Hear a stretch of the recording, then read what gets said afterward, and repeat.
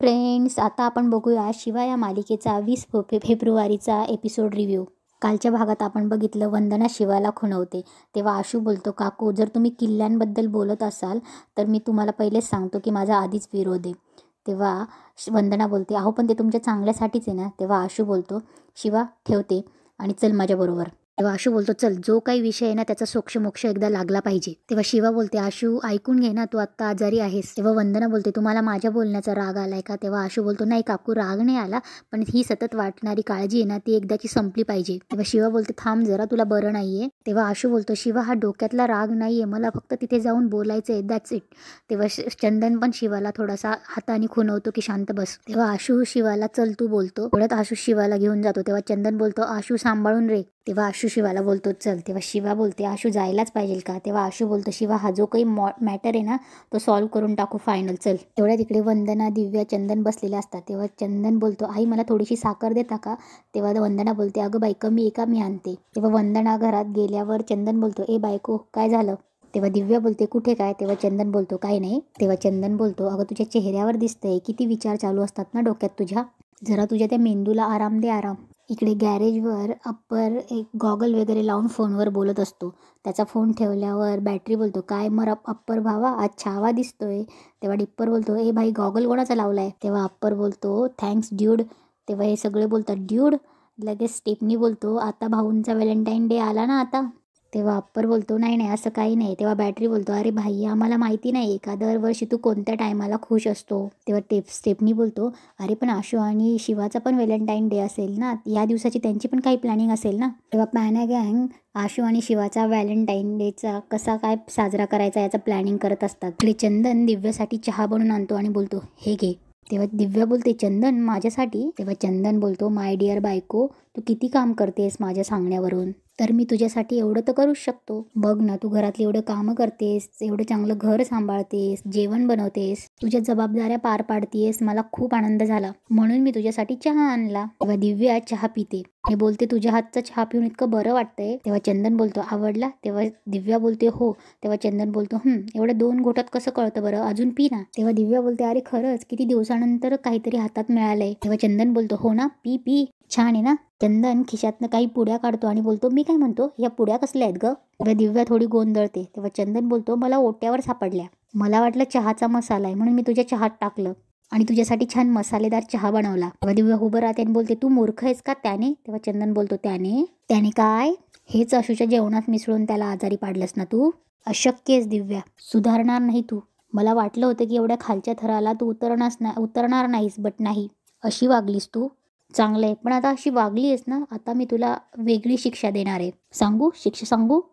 तर शिक्षा अशी आहे, हे पिल्यानंतर तुला जो त्रास होईल त्याने आराम न करता तू घरातली कामं तशीच चालू ठेवायची. दिव्या बोलते, चंदन काम कसं करणार, माणुसकी आहे की नाही तुझ्यात?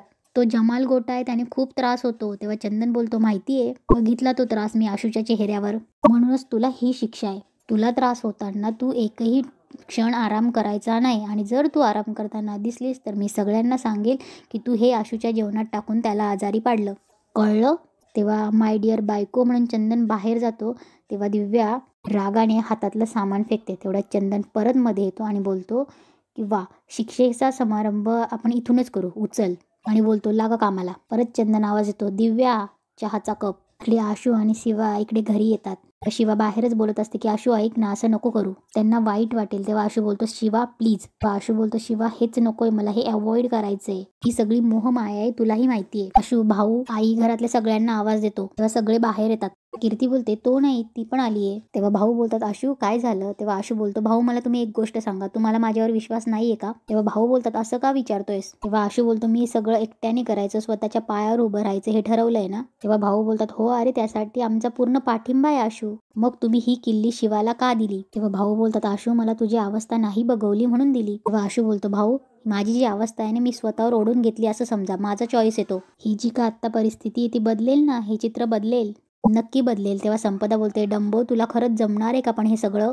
तेव्हा लक्ष्मण आणि काकू बोलतात की आम्हाला याचा त्रास होतोय. तेव्हा आशू बोलतो, हे बघ काकू मला माहिती आहे बघायला सगळं त्रासदायक आहे, पण या कम्फर्टच्याच बाहेर पडायचं आहे ना मला. तो तर पॉईंट आहे सगळ्याचा. आणि जर मी बाहेर पडलो नाही तर मी प्रगती कशी करेल, स्वतःच्या पायावर उभा कसा राहील. कीर्ती हसते आणि बोलते, का समजवताय तुम्ही त्याला? नाही कळणार आहे त्याला, नाही कळणार आहे तुमची काळजी सुद्धा. कारण त्याच्या डोळ्यावर पट्टी आहे शिवाच्या प्रेमाची. आणि ही मुलगी भडकवते त्याला आपल्याबद्दल रोज, आणि आपल्यापासून लांबही केलंय आता. तेव्हा लक्ष्मण बोलतो, कीर्ती उगाच शिवाला यात मध्ये घेऊ नकोस. तेव्हा सीता बोलते, का नाही घ्यायचं, यात तिचा काहीच सहभाग नाही का? तू ज्या पद्धतीने वस्तीत वाढली तसेच दिवस आशूनेही काढायचे का? तू समजवू शकत नव्हतीस त्याला? मग का नाही समजवलंस? आमचं तो काय ऐकत नाहीये, तुझं ऐकतोय ना, मग तू का नाही सांगितलंस? तेव्हा आशू बोलतो, आई तुला नक्की शिवाशी प्रॉब्लेम काय आहे? आणि तुला काय वाटतं तिने मला समजवण्याचा प्रयत्न नसेल केला? ऑफकोर्स तिने मला समजवलंय. तुला काय वाटतं मीच तिकडे एकटा त्रास सहन करतोय आणि ती तिथे लहानपणापासून राहिली म्हणून ती आरामात राहते? असं काही नाही. ती माझी खूप काळजी घेते आणि तिचा माझ्यावर जो हा विश्वास आहे ना, त्यामुळे मी माझ्या निर्णयावर अजून ठाम आहे. ती काय नाही करत माझ्यासाठी. तिचं किती प्रेम आहे माझ्यावर माहिती आहे तुला?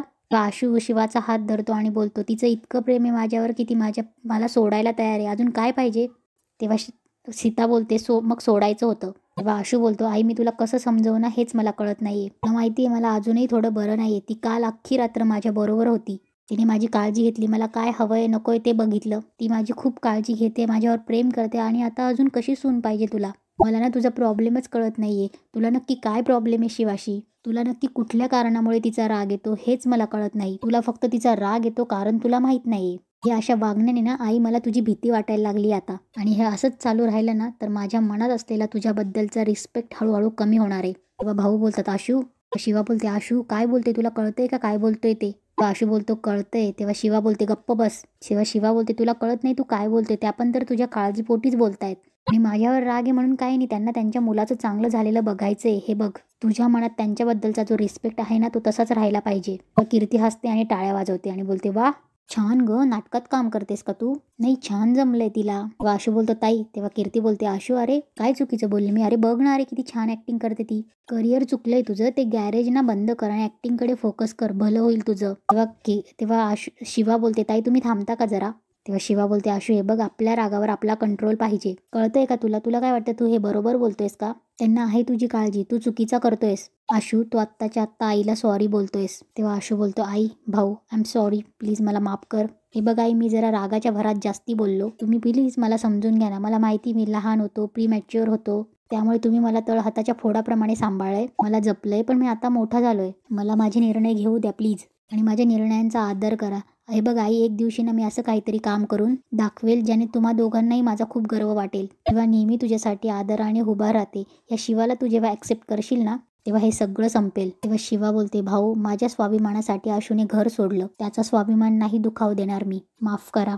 तेव्हा आशू बोलतो, आई हे घे किल्ली. सीताई तोंड फिरवते तेव्हा आशू भाऊंकडे किल्ली देतो आणि बोलतो, हे मात्र नको मला, आणि नमस्कार करतो. आशू येतो गाय म्हणून शिवाला चल बोलतो. शिवाचा हात धरून निघून जातो. दिव्या कपड्यांच्या घड्या घालत असते आणि चंदन तिच्या अवतीभोवती फिरतच असतो. दिव्याचं पण पोट बिघडतं, ती सारखी वॉशरूम जात असते आणि घरातील कामही करत असते. दिव्या वॉशरूम जाऊन जाऊन पूर्ण थकून जाते. चंदन बोलतो, झाला का चहा? तेव्हा दिव्या चंदनला पटकन चहा आणून देते.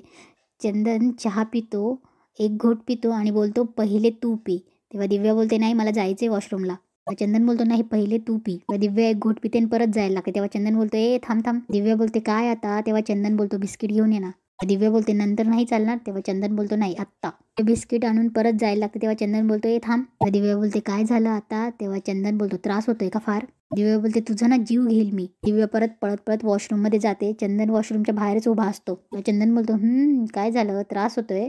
दिव्या चिडणार. तेवढा चंदन बोलतो, आवाज खाली. तर दिव्या परत वॉशरूम मध्ये घुसते. इकडे आशू आणि शिवा गॅरेज मध्ये येतात तर शटर बंद असतं. शिवा शटर उघडते, मग तिथं पाना गँगने पूर्ण गॅरेज सजवलेलं असतं. आशू म्हणतो, अरे हे काय शिवा, हे तू केलंयस? शिवा बोलते, मग तुझ्या बरोबर तिथे कोण होतं आशू? तू काय बोलतोय? तू आजारी असताना मी सगळं हा विचार करू का? फुगे कसे